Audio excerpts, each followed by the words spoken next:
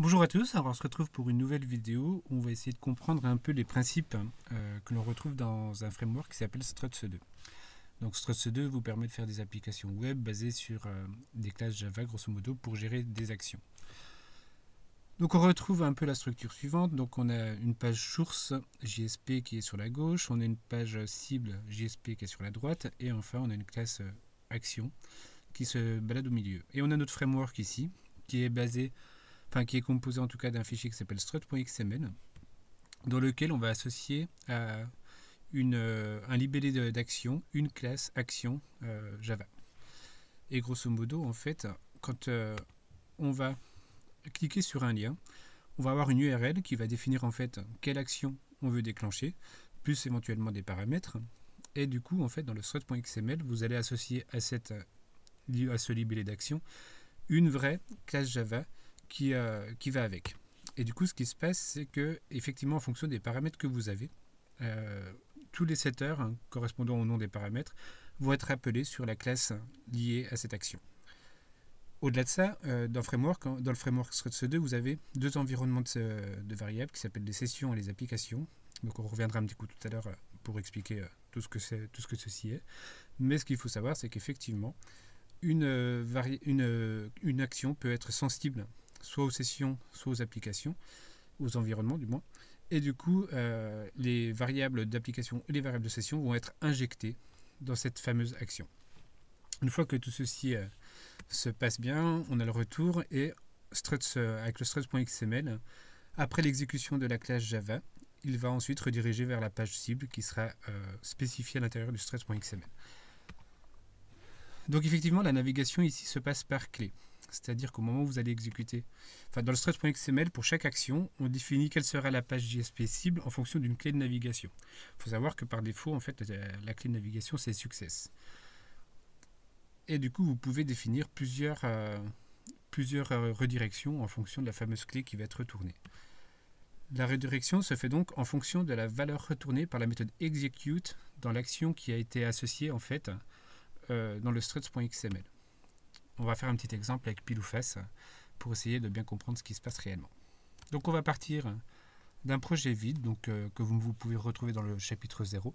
Donc là, il est tout bien configuré. Nous avons dans le struts.xml juste une action par défaut qui nous permet de nous rediriger vers la page d'accueil JSP.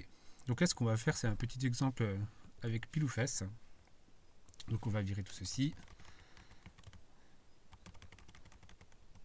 Donc on va faire un petit chapitre sur les clés de navigation.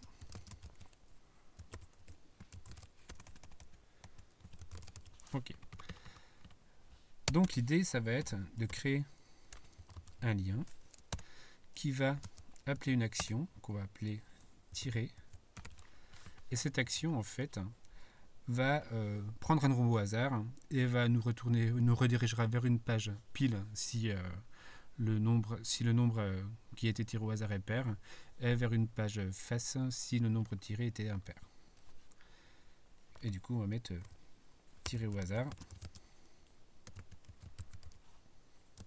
Donc là, en fait, ce qu'on est en train de définir, c'est un lien avec un tag en fait de la struts.lib, donc la struts.stack qui est ici.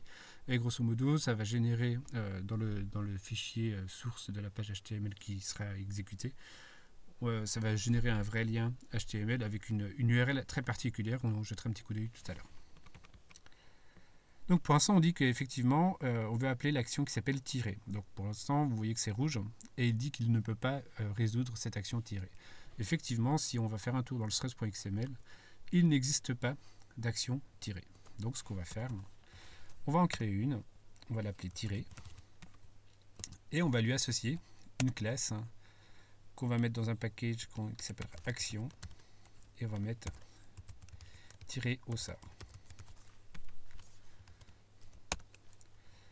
Et on va faire en fait les redirections suivantes. Si nous avons, alors, comme je vous disais tout à l'heure, par défaut, il y a 4 clés de navigation qui sont prédéfinies. Donc il y a success, input, error, login. Néanmoins, on peut les enrichir comme on veut. On peut créer nos propres clés de navigation et s'amuser avec. Donc ici, on va avoir une clé qui s'appellera pile.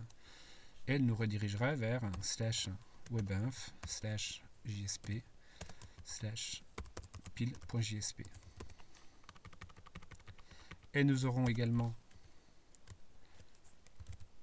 une redirection dans le cas où nous obtenons face. Et nous irons dans ce cas-là vers webinf jsp face.jsp. Donc on va régler tous les problèmes que nous avons ici. Nous allons créer la classe -author. On la génère automatiquement. Il y a ici une classe, un package action qui a été créé avec la classe qui va à l'intérieur. Donc première chose à faire, on va étendre action support.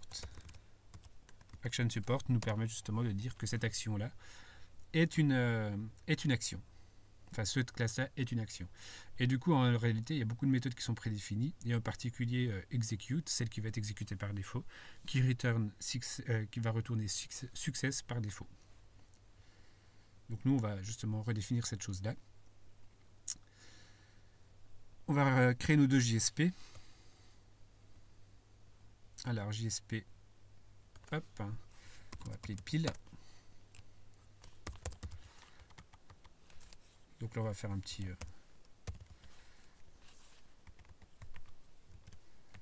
hop. On appellera pile. Et on fait la même chose avec face.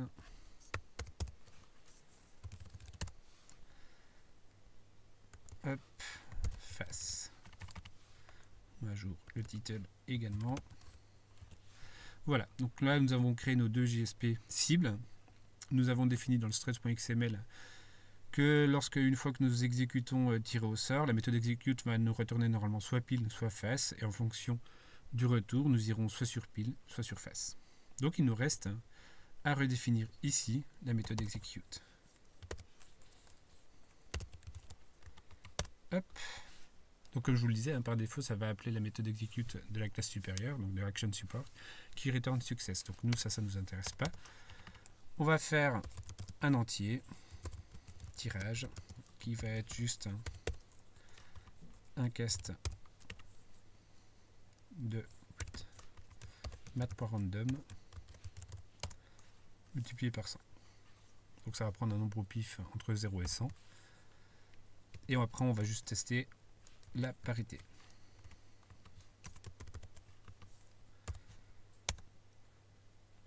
Donc là, si if tirage modulo 2 est pair, hop, alors on fera un return pile, sinon return face. Donc il est super important ici de bien respecter les chaînes de caractères, sinon en fait il ne pourra pas savoir laquelle, si vous mettez un pile avec P majuscule, pour lui ça ne sera pas égal, et du coup on ne pourra pas déclencher cette action là. Donc il faut faire super attention aux différentes clés que vous comptez retourner. Donc ici la méthode execute va tirer un nombre au pif entre 0 et 100. Selon la parité, en fait, on en retournera soit pile, soit face. Donc on va faire un peu de récap. Nous sommes sur accueil. Nous voyons ici que du coup, quand on va cliquer sur le lien tirer au hasard, ça va appeler l'action qui s'appelle tirer. On ira dans le struts.xml. Enfin, struts va agir de la façon suivante. Il va aller dans le struts.xml. Il va chercher une action qui s'appelle tirer. Il se rend compte que c'est effectivement associé à la classe tirer au sort. Du coup, il va exécuter la méthode execute de cette classe-là, et en fonction du retour, il nous redirigera soit vers pile, soit vers face. Donc on va essayer pour voir ce que cela produit. Hop, on va juste vérifier qu'effectivement tout est OK. Ça m'a l'air bien. Donc là on peut exécuter en utilisant Jetty par exemple.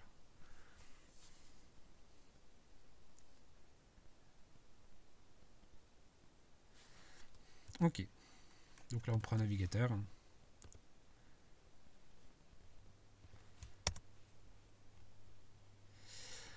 Donc c'est le chapitre clé de navigation. On a un lien qui s'appelle donc tirer au hasard. Et comme je vous le disais tout à l'heure, en fait, vous avez vu que le S2.A action égale nous a généré, si vous observez en bas à gauche du navigateur, un localhost 2.80/-tirer.action. Donc grosso modo, c'est un hommage d'URL qui permet, en particulier, si vous prenez la dernière partie de votre URL, le nom de l'action qui va être déclenchée, c'est la première partie, avant le point, et ensuite l'extension .action pour définir qu'effectivement, on a bien une action à ce moment-là. Du coup, en fait, Struts va récupérer la dernière partie de l'URL, va bien vérifier que c'est un point action, et en fonction de ce qu'il y a devant le point action, va analyser le struts.xml et nous rediriger vers le bon endroit. Donc là, si nous avons fait un tirage au sort, et là, pour le coup, nous avons obtenu pile. Donc très bien. Pour vérifier que ça ne va pas toujours vers pile, on va juste recréer un petit lien qui nous permet de faire un petit retour. Slash, donc S2.A toujours. Action. Ben là, on peut réutiliser index en fait, qui nous permettra de revenir vers la page principale. Back to menu. Et on fait la même chose de l'autre côté.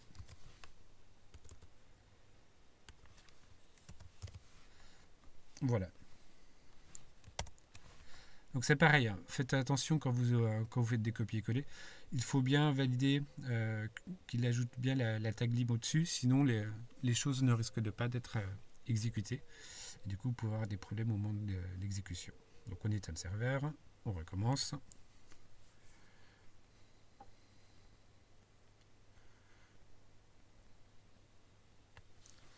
Le serveur est lancé.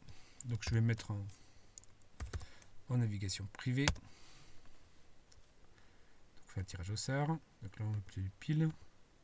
Toujours pile.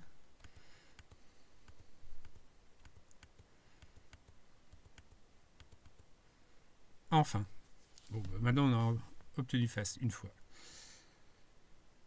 Donc voilà, vous remarquez qu'effectivement en fonction là, du tirage au sort, il va bien nous rediriger soit vers pile, soit vers face. Donc grosso modo, ce qu'il faut retenir de cette première partie, c'est qu'effectivement la méthode execute va être exécutée et qu'en fonction du retour de la chaîne de caractères, le struts.xml va nous rediriger vers des JSP que nous avions prévus. Très bien. On revient à la présentation. Le deuxième point qui est super important ici, cela concerne en fait nos variables d'application et de session. Donc les variables d'application sont des variables qui vont être partagées par tous les utilisateurs. C'est le genre de scope qu'on utilise quand on veut mettre accessible à tout le monde une même base de données entre guillemets, plutôt un même système d'information. Donc là tout à l'heure nous allons nous amuser avec des chevaux. On ajoutera en fait dans notre projet une petite façade avec des chevaux à l'intérieur, et le but du jeu ça va être effectivement de pouvoir accéder à un cheval en particulier. Mais pour le coup, il va falloir aussi travailler pour vous montrer qu'effectivement, non seulement il y a des variables d'application pour justement mettre le système d'information en arrière-plan et commun à tout le monde, mais on aura aussi des variables de session qui nous permettront de stocker pour un utilisateur donné des informations qui lui resteront propres tant que la session existe.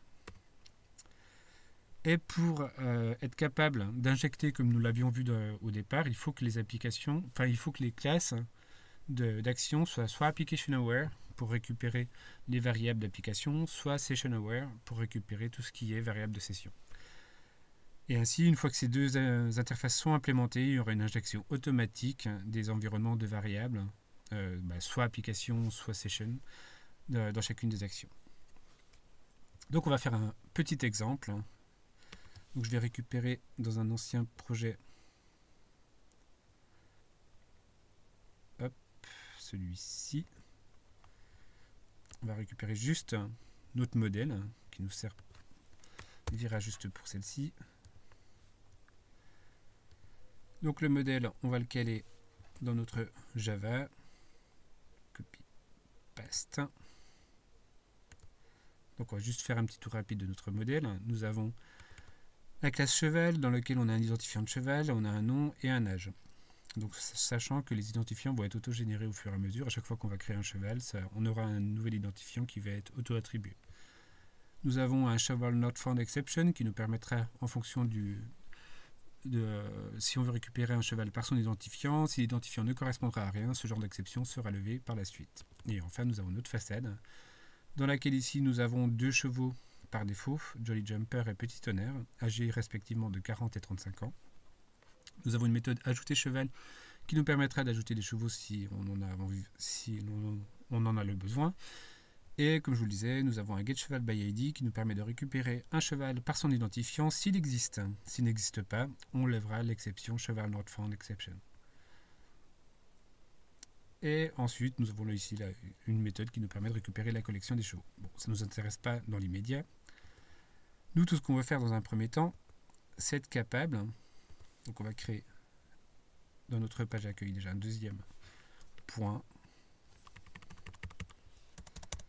Hop, H1, et on va parler des variables de session, d'application et de session.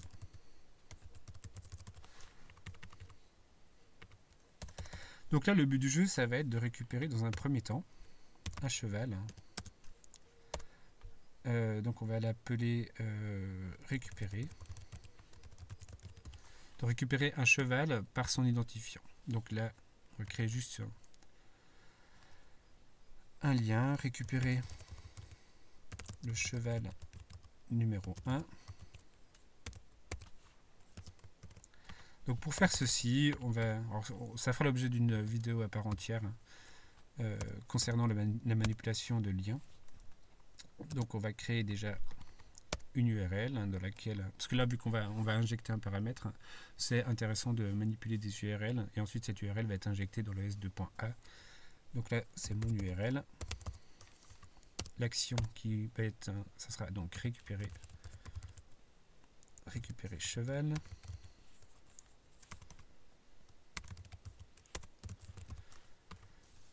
Et on va lui ajouter un paramètre. Donc le nom sera ID et la valeur sera 1. Ok. Donc là on fige le cheval que l'on veut récupérer. Et du coup ici on aura juste besoin de faire href est égal. Donc là il y a une syntaxe un peu particulière à mettre. Hop, le pourcent et le dièse pour dire qu'on accède ici à une variable que l'on vient de définir grâce à des tags. Donc là, ça s'appelle mon URL. Donc voilà. Donc là, on a le problème avec l'action récupérer cheval qui n'existe pas. Donc on va la déclarer dans le struct.xml. Action, donc c'est récupérer cheval. On va associer une classe, donc elle sera dans action, puis on va l'appeler récupérer cheval. Tout à l'heure, enfin comme tout à l'heure, en tout cas on va procéder de la même façon, et on dira que si tout va bien, on va aller vers, oups, j'ai bégayé sur, nous étions donc ici, nous irons sur webinf /jsp/ mon cheval.jsp. On va créer notre JSP directement. Donc mon cheval.jsp. Donc normalement, voilà, ceci est résolu et on va générer notre classe action qui va aller avec. Donc comme tout à l'heure, elle est censée être, elle est censée étendre action support parce que c'est une action. Mais là on comprend bien qu'effectivement derrière on va avoir un espèce d'environnement qui va donc stocker les différents chevaux à l'intérieur dans lequel grâce à notre façade. Donc le but du jeu ici c'est de déclarer une variable d'application qui serait commun à tous les utilisateurs qui se connecteraient sur le site. Et si jamais il y en a qui ajoutaient des chevaux dessus, il faudrait que tout le monde partage la même instance. Et pour faire ceci, on va donc déclarer une variable d'application en faisant application aware. On implémente la méthode et il nous dit qu'en fait il faut implémenter la méthode setApplication. Donc ce qui va se passer, c'est qu'au moment où la méthode va être, la classe va être exécutée, avant d'appeler la méthode execute, il va appeler toutes les méthodes comme setApplication ou on verra tout à l'heure setSession, qui nous permettra justement de récupérer les variables d'application, les variables de session et s'amuser avec si on en a besoin. Donc ici, le but du jeu déjà, c'est de stocker dans une variable la façade. Donc pour faire ceci, on va faire un truc. On va récupérer donc, le this.façade en disant que on va récupérer dans map l'objet qui s'appellerait, alors on peut l'appeler comme on veut, là on va l'appeler façade. Donc en gros, si elle existe déjà, il va la récupérer. Si par contre elle n'existe pas, il faut l'enregistrer en tant que variable d'application pour que tous les autres puissent profiter de cette même instance. Bon, en réalité, il y a d'autres mécanismes qu'on verra plus tard dans une autre vidéo qui permettent au moment du déploiement de créer directement des variables d'application. Mais là, enfin, ça en est déjà un qui nous permettra de comprendre un peu ce qui se passe. Si c'est nul, ça veut dire le this.façade. Si l'objet est nul, ça veut dire qu'il n'a jamais été instancié, et dans quel cas on va créer une nouvelle instance et on va enregistrer ceci dans la map avec façade. Donc ce qui est certain, c'est .put évidemment. Donc il faut bien comprendre que la map des variables d'application est déjà stockée dans le framework et grosso modo il vous la prête le temps de cette méthode-là pour que vous puissiez faire les modifications que vous voulez à l'intérieur. Et ces modifications vont être répercutées sur tous les objets, sur tous les utilisateurs, sachant que tous les utilisateurs auront exactement accès à cette map. Après, vous pouvez faire comme vous voulez, si vous avez besoin de manipuler ces variables de session, d'application, pardon, vous pouvez la stocker dans une map, le mettre en champ ici, et puis faire des modifications par la suite. Bon, après, pour les variables d'application, c'est quand même particulier. Donc, quoi qu'il arrive, quand on arrivera ici, après le if, soit l'objet existait déjà, et du coup ne rentre pas dans le if, puisque là on ne rentre que si l'objet this.façade est nul. Et s'il existe déjà, du coup, c'est impeccable, on a récupéré la façade telle qu'elle avait été enregistrée. S'il n'existe pas, on en crée une instance et on l'enregistre. Du coup, quoi qu'il arrive, quand on arrive ici, on a une instance non nulle de la façade. Ok. Et maintenant, le but du jeu, ça va être de dire que on doit, je vous rappelle, on a créé ici, dans accueil, un paramètre qui va s'appeler ID et dont la valeur sera 1. Donc comme on l'avait vu tout à l'heure dans le petit diagramme ici, en fonction des paramètres qu'il y a ici, en fonction de l'action qui correspond, on va injecter les différents paramètres dans la classe qui gérera notre action.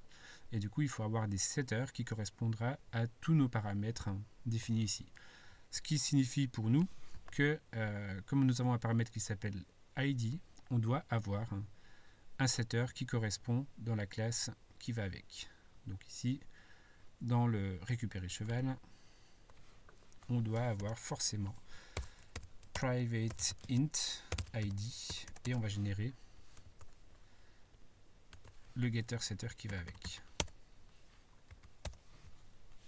Voilà. Donc avant d'exécuter la méthode execute de ceci, on va récupérer, l'identifiant, le paramètre va être injecté ici, et une fois qu'on arrive dans la méthode execute, on sait que de toute façon, l'identifiant aura forcément été instancié, tout comme d'ailleurs notre façade. Donc ici, on peut facilement récupérer un cheval et le stocker pour que la vue qui va suivre puisse récupérer toutes les informations de ce cheval. D'ailleurs, oui, j'avais oublié de montrer ce qu'on allait faire vraiment. Oups, bon, c'est pas grave. Donc une fois qu'on a récupéré toutes les informations de ce, il faut récupérer déjà le cheval. Donc on va déclarer un champ ici. Private cheval. Et ici, on va simplement demander dans this.cheval de stocker ce que va retourner notre façade pour getChevalById en lui donnant l'identifiant que nous avons récupéré. Donc on l'a vu tout à l'heure, hein, ça pouvait lever une exception. On pourra le faire effectivement si on commence à changer de cheval, on verra bien. Mais quoi qu'il arrive, pour l'instant, on va définir le fait que ça retourne success, que tout se passe comme prévu. Donc vous voyez, hein, il y a des constantes qui sont déjà prédéfinies, qu'on peut réutiliser comme on veut. Donc, on va faire le récap. On va injecter un identifiant et on va construire grosso modo un cheval. Et ce cheval, il va falloir le donner en disponibilité à la vue qui va suivre. Donc pour ceci, pour qu'il soit effectivement disponible, on va générer un getter sur notre cheval. Et on va enfin s'intéresser au fameux cheval. Donc ici, ça va être détail du cheval sélectionné.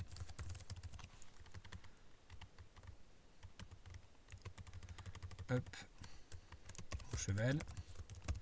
Et on va accéder de la façon suivante à toutes les caractéristiques du fameux cheval. Donc nous dirons que le cheval sélectionné s'appelle... Alors, ça s'exprime de la façon suivante, s2.property, et ce qui nous intéresse, c'est cheval.nom. Donc là, il va appeler le getNom sur un objet qui s'appellerait cheval et qui aurait été stocké dans l'action précédente. C'est pour ça qu'il doit forcément avoir un getCheval dans l'action précédente, puisque sinon on ne pourrait jamais accéder à ce fameux cheval stocké dans l'action qui vient d'être exécutée. Donc le cheval sélectionné s'appelle cheval. Il a pour identifiant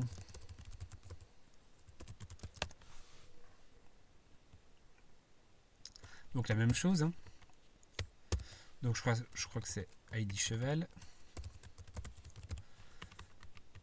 Et il a âge. Ok. Donc, on va juste vérifier qu'on ne s'est pas trompé sur le nom des champs et des getters qui correspondent dans la classe cheval. Donc, on doit avoir nom, ID cheval et âge.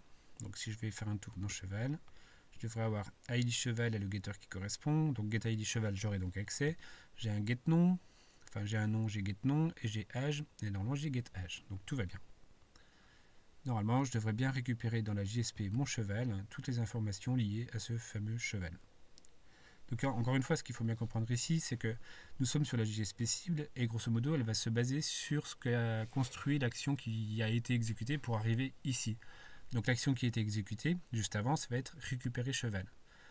Il va effectivement découvrir qu'à l'intérieur, il y a un champ qui s'appelle cheval et du coup, il va pouvoir appeler le point nom, le point âge et enfin le getAge et getNom et le getID cheval sur cette instance-là. Donc on va voir si effectivement tout fonctionne comme prévu. Donc là, l'action a bien été définie. On a bien associé la classe. On a dit que si tout allait bien, on allait sur moncheval.jsp. Et enfin, on va vérifier que dans moncheval.jsp, normalement, tout a l'air d'être bon. On va juste vérifier que dans accueil, il n'y a pas de problème non plus. Voilà. Ça ira mieux comme cela. Ok, on valide, on exécute.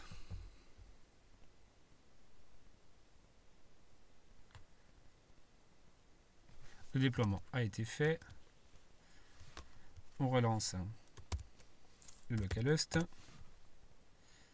Donc on a toujours notre premier lien pile ou face. Et là on a récupéré le cheval numéro 1. Donc comme tout à l'heure, on peut vérifier que dans l'URL, nous avons après tout ce qui se passe en bas, un ID égale 1 qui est qui suit un point d'interrogation. Donc ce qui va se passer, c'est qu'au moment d'exécuter cette action-là, il va se rendre compte qu'effectivement il faut qu'il appelle une action qui s'appelle récupère cheval, et il va essayer d'injecter grâce au setID la valeur 1. Effectivement, l'action a été exécutée, donc le cheval sélectionné s'appelle Petit Tonnerre, il a pour identifiant 1 et il a 35 ans. Donc là, on a bien récupéré les bonnes informations. Donc maintenant, on va juste se rendre compte, alors là ça va très bien, hein, parce qu'en fait les données sont directement accessibles puisqu'elles ont été calculées quelque part dans l'action qui vient d'être exécutée auparavant. Imaginons maintenant que l'on fasse ceci. Donc on va aller dans notre cheval et on va ajouter un deuxième lien.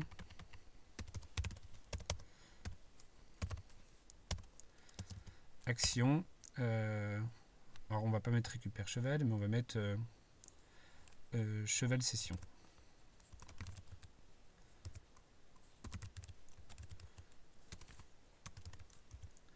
Récupère cheval session.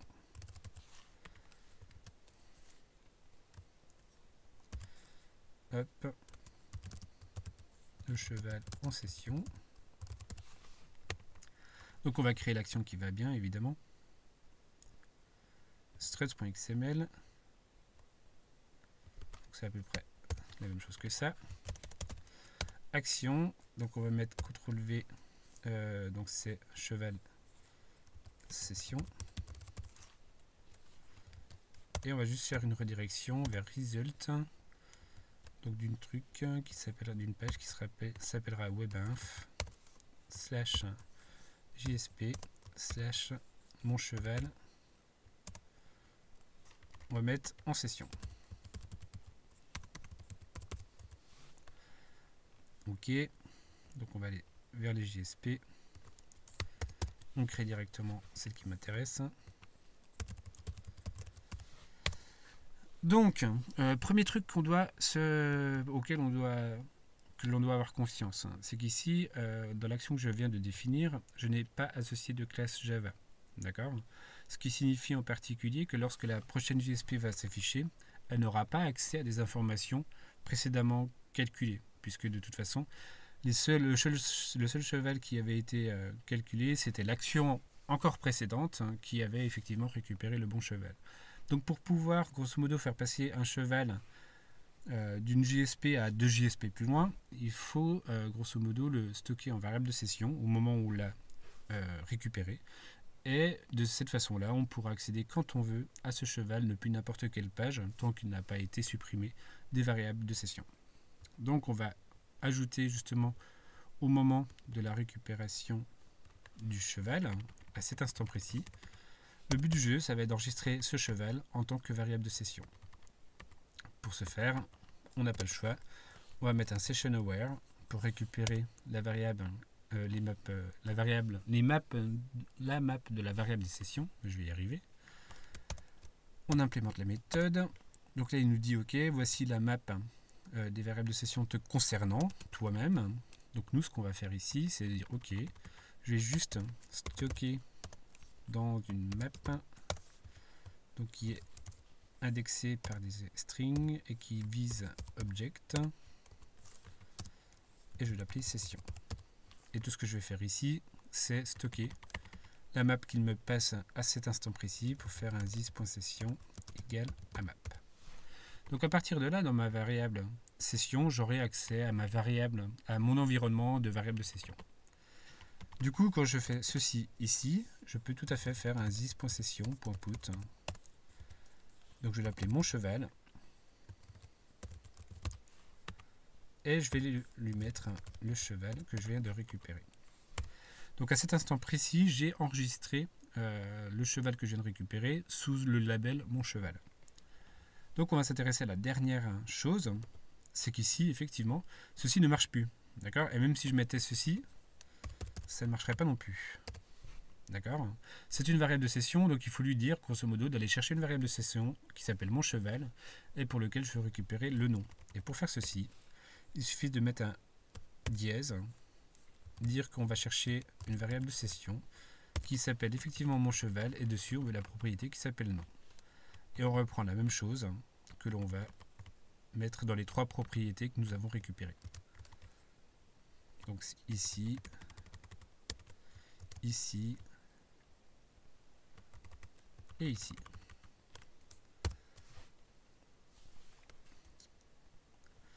Donc là évidemment ceci n'aura pas lieu d'être. On va juste vérifier que tout est OK. On va faire un tour dans le struct.xml. Donc on a bien le récupère cheval session avec aucune action qui est prédéfinie. Donc comme elle n'est pas prédéfinie, on va utiliser justement celle qui est forcément action support. Donc là, ça sera un succès obligatoire et on arrivera forcément, quoi qu'il arrive, sur mon cheval en session.jsp. Et donc effectivement, les données s'afficheront ici uniquement si on a bien enregistré en tant que variable de session une variable qui s'appelle mon cheval et pour lequel on arrivera à trouver les propriétés nom, ID cheval et âge. On va juste vérifier qu'on a bien enregistré ceci en tant que mon cheval. Normalement, c'est bien le cas. Très bien. Donc, il ne nous reste plus qu'à exécuter notre code et vérifier que les variables de session fonctionnent bien.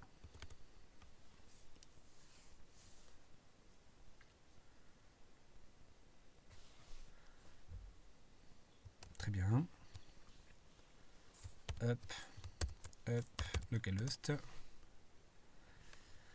Donc on récupère notre cheval numéro 1 et au moment où je fais ceci, je vais enregistrer en tant que variable de session le fameux cheval qui correspond. Donc si je fais le cheval en session, que je clique de nouveau, on constate effectivement en bas l'URL récupère cheval session.action. Du coup il va déclencher la seconde action qui s'appelle libellé par récupère cheval session, qui a une implémentation par défaut des actions. Mais comme on a bien enregistré notre variable de session sous le nom de mon cheval, on devrait effectivement récupérer dans la JSP cible. Le cheval sélectionné s'appelle Petit Tonnerre, il a pour identifiant 1 et il a 35 ans. Donc c'est bien toutes les informations qu'on avait stockées juste avant, au coup d'avant, qu'au moment de récupérer le cheval, on a bien enregistré une variable de session qui s'appelle mon cheval avec tout le cheval à l'intérieur. Et du coup c'est pour ça qu'on a pu accéder de JSP plus loin à toutes ces données-là qui ont bien été enregistrées en tant que variable de session.